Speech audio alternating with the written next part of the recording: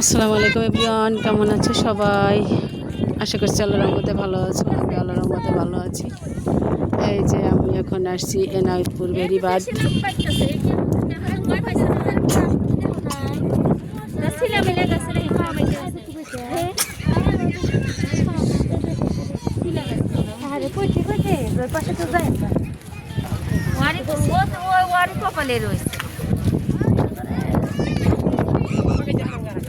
বাতাস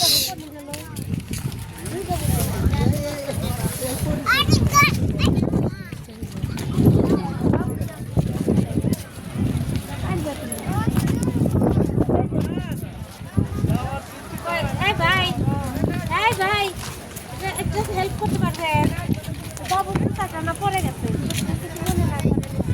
এই যে পাশে এই যে পাঁচটা দিয়ে পা গেছিল তো